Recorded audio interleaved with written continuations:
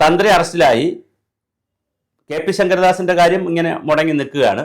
അപ്പോൾ ബദറുദ്ദീൻ, ഹൈക്കോടതി വക്കീലായ ബദറുദ്ദീൻ, വക്കീലല്ല ജഡ്ജി ബദറുദ്ദീൻ ഇന്നലെ ഒരു ചോദ്യം ചോദിച്ചു. അദ്ദേഹം വളരെ ക്രിട്ടിക്കലായി ചോദിക്കുന്ന ആളാണ്. ഇതിനു മുമ്പ് അദ്ദേഹം ഇതുപോലെ ഒരു ജാമ്യം നോക്കിയപ്പോൾ ചോദിച്ചപ്പോഴാണ് വിജയകുമാറകത്തായത്. അപ്പോൾ ഇന്നലെ അദ്ദേഹം ഒരു ചോദ്യം ചോദിച്ചിട്ടുണ്ട്.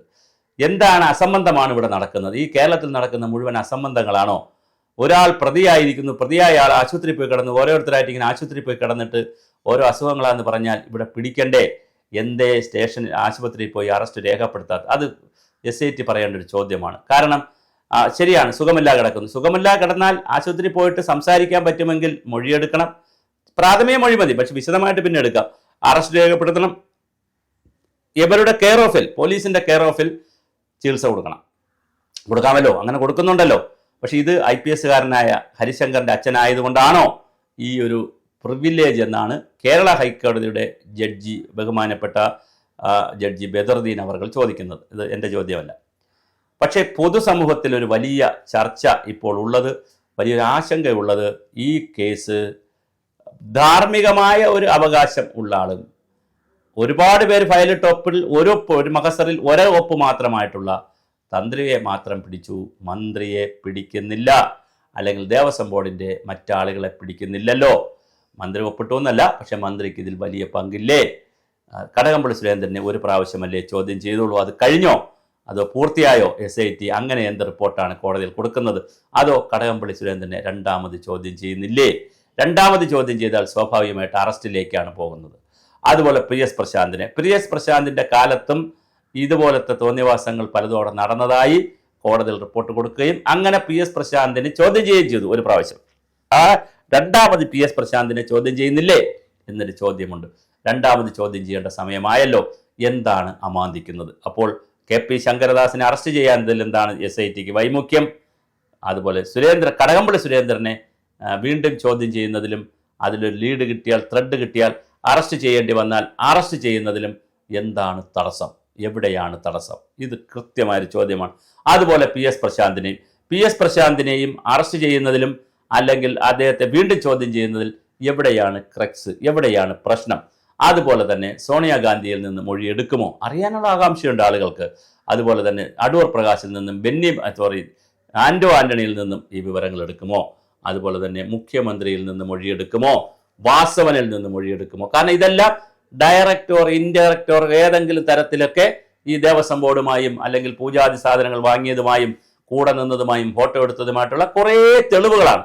ഈ തെളിവുകൾ സംസാരിക്കുമ്പോൾ ഇവരെ ചോദ്യം ചെയ്യണ്ടേ എന്നൊരു ചോദ്യമുണ്ട്. പ്രത്യേകിച്ച് ഹിന്ദു സമൂഹത്തിന് വലിയ ആശങ്കയുണ്ട്. എന്താണ് ആശങ്ക എന്ന് പറഞ്ഞാൽ, ഇത് തന്ത്രിയിൽ തുടങ്ങി തന്ത്രിയിൽ കറക്കി പോറ്റിയെ കയറ്റിയത് തന്ത്രിയാണേ എന്ന് പറഞ്ഞ പാട്ട് വരെ തിരുത്തി എഴുതി തന്ത്രിയിൽ ചുറ്റി ഈ കേസ് കുഴയ്ക്കുമോ? കാരണം പല കേസുകളും കേരളത്തിൽ ഇങ്ങനെ കുഴഞ്ഞിട്ടുണ്ട്. പോളച്ചിറ കേസായാലും, ഫ്രാങ്കോ മുളയ്ക്കലിൻ്റെ കേസായാലും, അതുപോലെ തന്നെ അഭയ കേസായാലും, പിന്നെ അഭിമന്യുവിൻ്റെ മഹാരാജാസ് കോളേജിൽ അഭിമന്യുവിൻ്റെ കേസായാലും, പിന്നെ അതുപോലെ തന്നെ നമ്മുടെ കോഴിക്കോട് എഞ്ചിനീയറിംഗ് കോളേജിലെ കുട്ടിയുടെ കേസായാലും, അതുപോലെ KT ജയകൃഷ്ണൻ്റെ കേസായാലും, TP ചന്ദ്രശേഖരൻ വധമായാലും, അതിജീവിതയുടെ ഈയിടയ്ക്ക് വന്ന ദിലീപുമായി ബന്ധപ്പെട്ട അതിജീവിതയുടെ കേസായാലും, കിളിരൂർ കേസായാലും, കുടുംബത്തിൻ്റെ ആത്മഹത്യയും കിളിരൂറിൻ്റെ പെൺകുട്ടിയുടെ ആത്മഹത്യയും, അതുപോലെ തന്നെ വിതുര കേസായാലും, എല്ലാ കേസുകളും ഒരു ഘട്ടം കഴിയുമ്പോൾ കോംപ്രമൈസ് ആകുന്ന രീതിയാണ് കാണുന്നത്. ആ രീതി ഇവിടെ വരുമോ? വരാതിരിക്കണം എന്നുള്ളതാണ് വളരെ പ്രധാനപ്പെട്ട കാര്യം.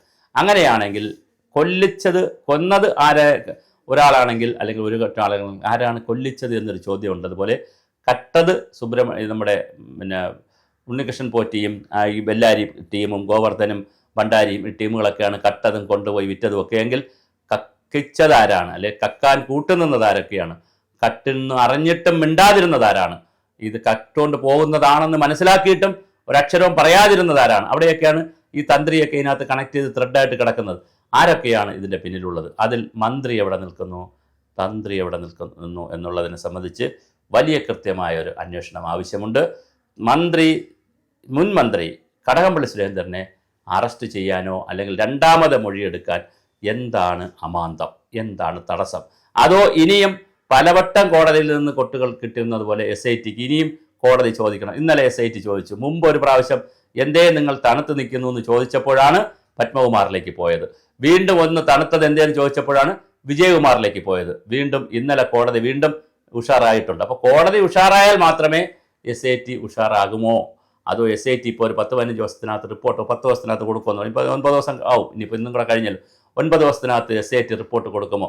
അപ്പോൾ 9 ദിവസത്തിനകത്ത് പ്രാഥമിക റിപ്പോർട്ട് കൊടുക്കുമ്പോൾ ഇതിലെല്ലാം വരുമോ? വളരെ ആകാംക്ഷയോടുകൂടിയാണ് കേരള സമൂഹം കാത്തിരിക്കുന്നത്. കാരണം കൊണ്ടുപോയിരിക്കുന്നത് അയ്യൻ്റെ സ്വർണ്ണമാണ്, ശബരിമലയിലെ സ്വർണ്ണമാണ്, സാധാരണ ഒരു സ്ഥലത്തുള്ള സ്വർണ്ണമേ അല്ല. അതുകൊണ്ട് തന്നെ ഇതിൽ വലിയ ചോദ്യങ്ങളാണ് വന്നുകൊണ്ടിരിക്കുന്നത്. തീർച്ചയായിട്ടും നമുക്കറിയാനുള്ളത് ഒരു വലിയ ആകാംക്ഷയാണുള്ളത്. അതിൽ മന്ത്രി കടകംപള്ളി സുരേന്ദ്രൻ, മുൻ മന്ത്രി കടകംപള്ളി സുരേന്ദ്രൻ്റെയും മുൻ ദേവസ്വം പ്രസിഡന്റ് PS പ്രശാന്തിൻ്റെയും പങ്ക് കൂടി ചർച്ച ചെയ്യുകയും അത് ഒരു പ്രാവശ്യം കൂടി അവരെ ചോദ്യം ചെയ്യുകയും ലീഡുണ്ടെങ്കിൽ ത്രെഡ് ഉണ്ടെങ്കിൽ അവരെ അറസ്റ്റ് ചെയ്യുകയും വേണം എന്നതാണ് എങ്കിൽ മാത്രമേ ഈ തന്ത്രി മന്ത്രി വ്യവസ്ഥ പൂർണ്ണമാവുകയുള്ളൂ. അല്ലാതെ തന്ത്രിയെ പിടിച്ചു, മന്ത്രിയെ ഒഴിവാക്കി, മന്ത്രിയെ വെളുപ്പിച്ചെടുക്കാൻ തന്ത്രിയെ രക്തസാക്ഷിയാക്കാം എന്ന് വിചാരിക്കുന്നത് ഒരു സുഖകരമായ കാര്യമല്ല. അത് അങ്ങനെ ചിന്തിക്കുന്നത് തന്നെ വളരെ മോശമാണ്. ആ രീതിയിലുള്ള ഒരു പ്രവർത്തനവും നല്ലതല്ല. അപ്പോൾ തീർച്ചയായിട്ടും മന്ത്രിയെ പിടിക്കുന്നതിനുള്ള, മന്ത്രിയെ ചോദ്യം ചെയ്യുന്നതിനുള്ള, മന്ത്രിയിൽ നിന്ന് മൊഴിയെടുക്കുന്നതിനുള്ള, മുൻമന്ത്രിയാണ് ഈ മന്ത്രി എന്ന് പറയുമ്പോൾ ഇപ്പോഴത്തെ മന്ത്രിയല്ല, അതിൽ മൊഴിയെടുക്കണം, വാസവനിൽ നിന്നൊരു മൊഴിയെടുക്കണം. അത് കുറച്ചുകൂടെ അടുത്ത സ്റ്റേജായിരിക്കും. എന്തായാലും ഈ സ്റ്റേജിൽ കടകംപള്ളി സുരേന്ദ്രനിൽ നിന്ന് മൊഴിയെടുക്കേണ്ടതും അറസ്റ്റ് ചെയ്യേണ്ടതാണെങ്കിൽ അറസ്റ്റ് ചെയ്യേണ്ടതുമായിട്ടുള്ള കാര്യങ്ങളുണ്ട്. അദ്ദേഹം തെരഞ്ഞെടുപ്പിന് മത്സരിക്കുമോ? നേരത്തെ MLA ആയിരുന്നു, മന്ത്രിയായിരുന്നു, ഇതൊന്നും ഒരു വിഷയമല്ല. ദൈവതുല്യനായിട്ടുള്ള തന്ത്രിയെ പിടിക്കാമെങ്കിൽ രാഷ്ട്രീയ ദൈവതുല്യനായിട്ടുള്ള മന്ത്രിമാരെയും മുൻ മന്ത്രിമാരെയും മുഖ്യമന്ത്രിയും അടക്കം എല്ലാവരെയും ചോദ്യം ചെയ്യാൻ പറ്റും, അല്ലെങ്കിൽ ചോദ്യം ചെയ്യാൻ കഴിയണം. ഒരു റൗണ്ട് ചോദ്യം ചെയ്ത് കഴിഞ്ഞു, പക്ഷേ അപ്പോഴും കൃത്യമായൊരു ലീഡ് കിട്ടിയിട്ടില്ല. അതുകൊണ്ട് തന്നെ നല്ലൊരു ലീഡ് കിട്ടാനുള്ള പ്രവർത്തനങ്ങൾ ആലോചിക്കണം. തീർച്ചയായും ഇനി നമുക്ക് വേണ്ടത്, ഇവിടെ വളരെ കൃത്യമായി വേണ്ടത്, ഈ ഞാൻ സൂചിപ്പിച്ചതുപോലെ കടകംപള്ളി സുരേന്ദ്രനെ പിടിക്കുന്നതിനുള്ള, അതുപോലെ പ്രശാന്തിനെ പിടിക്കുന്നതിനുള്ള സ്ട്രാറ്റജി എന്താണ്? KP ശങ്കരദാസിനെ എന്ന് അറസ്റ്റ് ചെയ്യും?